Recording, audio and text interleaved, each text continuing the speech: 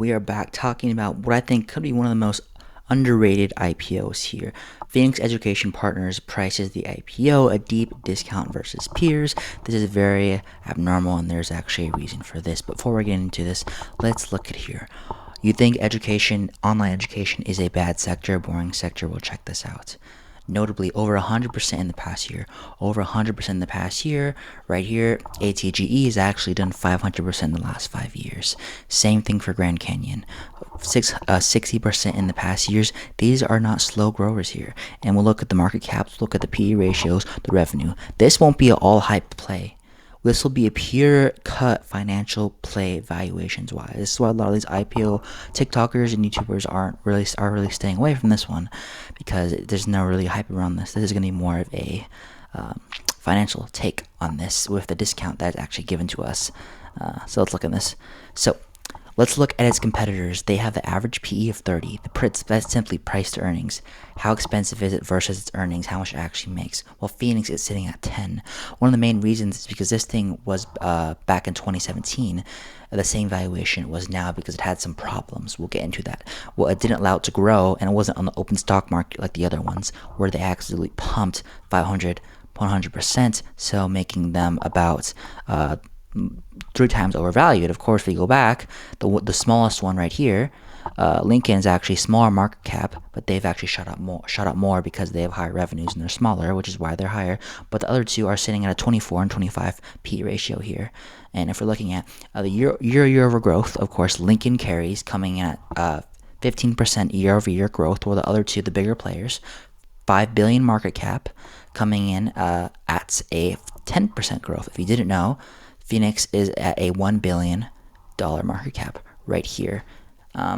Let's go back. So they have a good growth. They're in the middle range. They're actually above the larger players right next to Lincoln, who has gone up a lot in last year. They actually have no debt. The two larger companies have debt. Lincoln has very little debt, but they have no debt. Very good financial health here. So the main thing is their AI upscale. So not only are they integrating AI into their platform like Duolingo is, which will make it easier for them to do, but they're also they're mainly known for the technology courses and their data courses using AI. So when AI comes out, they target adults, people that are working. It's cheap online. It's cheaper compared to going to university, right? Spending $100,000 going to top universities. They're Phoenix Education, they're a household name. People know who they are. So it's not like there's random community college. That's why they have one of the edges. Flexibility, they can do whenever. Easy for adult to do it, especially adults that are in this certain. I don't know if you're an adult watching this, if you're in a certain area of expertise and there's new technology coming out in your sector and you need more education, you can go grab a certification, a degree, bachelor's, whatever you need to do it. And this is one of the places you can go. It's one of the top 5 largest in the United States right now is online education right here, household name. And then, of course, government funding. They're a for-profit public university, so they do get government funding from the government, and the students get student federal aid, which is then given to the university, which is, of course, and with the future, of course, with more AI integration, people are starting to move online because there's more AI and there's more technology being used. It's cheaper, more flexible compared to something like university, and you've heard it, people saying university is useless, degrees don't help you. Well, this is an alternative way to do it without the cost and with the time. So, of course, if there wasn't no valuation aspect, I would not even be looking at this. And there is concerns with the government right now not actually giving the funding they need. And the thing is, the Phoenix $1 billion valuation has the same exact revenue as ATGE, the $6 billion player that went up 500%. Not exactly. That Phoenix had a $990 million revenue, while ATG had a $1.1 billion revenue, which was actually pretty close for the market size. So they're pretty undervalued. You can also use EBITDA.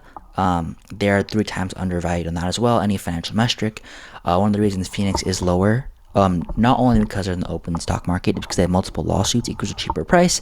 They've been forced to give back over $100 million multiple times because they have had false advertising, like partners partnerships with Microsoft and Google. Obviously, if you see ad on the internet or someone tells you, oh, Phoenix Energy has partnerships with Microsoft and Google, and you could potentially get connections, and they're known for their data and tech courses, then obviously you're going to go there. So anybody that applied for federal aid with them during that time in 2023 is getting refunded, and more had another lawsuit as well. And also the 90-10 rule, I won't get too into that. Basically, it's restricting some of the government funding with the students specifically for it to not directly go into their pockets, which they're pretty bad about. I'm close. There has been a couple of the education stocks have gone down, like a jump, 5% down, 3% down. Of course, if you look, the 8% down in ATGE, that was because their CEO or the owner or something that retired. But basically, there's shown to be a slower rate in the economy right now, which we can see because Powell's looking to cut rates. Of course, the stock market's still pumping. So adverse results, slower economy, we have to cut rates to keep the pump going. Failed acquisition. There was a failed acquisition with, I think it was Utah or a different university was trying to acquire the online educational platform of Phoenix Education, which did fail. Some people see it as a negative. I personally don't see it as a bad thing. Figma had a bad acquisition with Adobe, so it doesn't really mean it's bad. And of course, it's boring. Education platform, a lot of the IPO investors, a lot of like hype stuff. This isn't really a hype thing. Straight financial, straight undervaluedness concerns. But the thing is that financial experts, like I said here, they think it's undervalued. Some of them are even pricing in a pop. One of the reasons they're going IPO now is because the current market conditions, the undervaluedness, they're marketing themselves as really undervalued, which to an extent is true.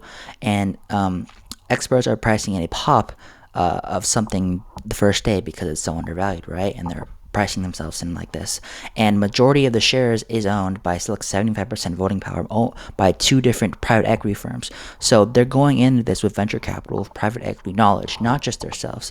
They've had people backing the projects for a long time. Of course, they had Goldman Sachs and BMO on this now, but before that, they had a lot of two specific companies that are selling 3.7 million shares and 1.1 million shares for a total of like 4.2 million shares getting apps going public. Not that many shares in total. I think the total dollar amount that's going public is like close to 140 million, so not a lot.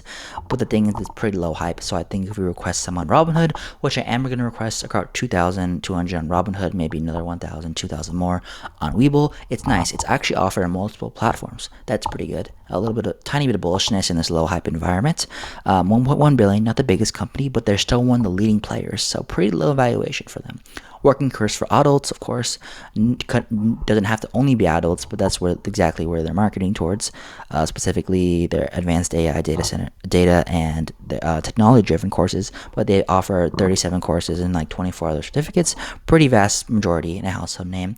Like I said, 990 million revenue, 110 net income, no debts, 13% growth year over year on that income here.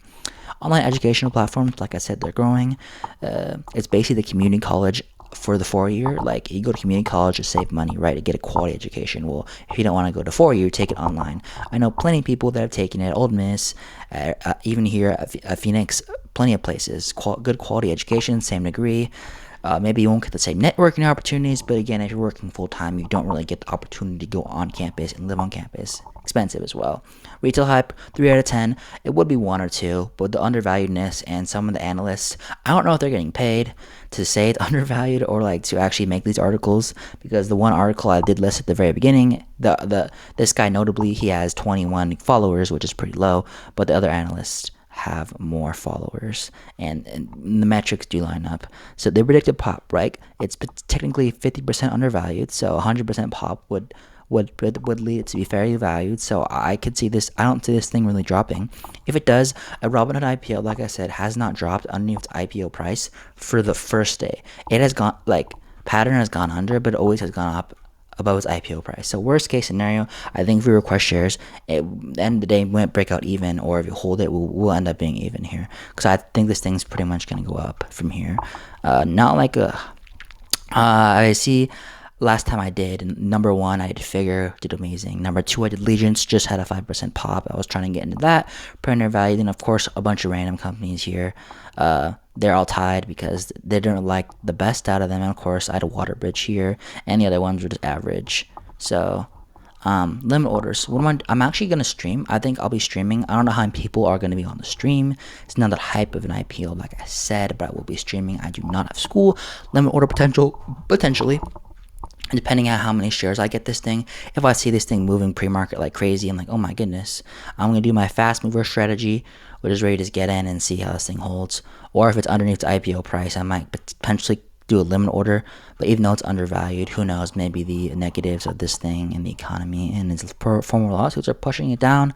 Like I said, a really good valuation, fast mover IPO. This is from last time. I just didn't delete it. Underrated, like I said, it's pretty underrated. I'll probably clickbait you guys saying this is one of the most underrated IPOs of the year, which it is, right? And another underrated one would be Waterbridge and Legions. Two amazing ones. I love Waterbridge, I love Legions, and I really like this company too. Not like Waterbridge and Legions, because those are just amazing companies. It's because this is a pretty decent company and is really undervalued, you know? Straight cut Warren Buffett philosophy. Grab the undervalued players, something he did for his whole career, and why he's the 10th richest person in the world. So yeah, here we go. We have the pops.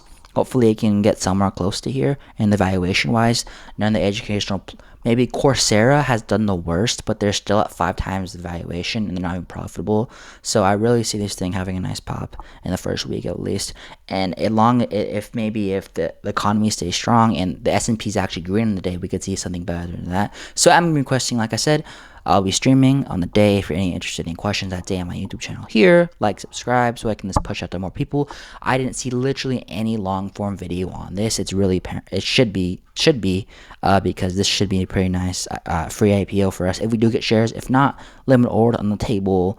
Valuations on the table.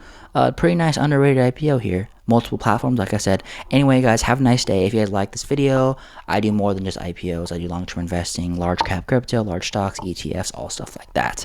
But of course, I had to make a video on this. It's literally 3 a.m. because I had to record this because I wanted to push it out as soon as possible. So, see you guys later.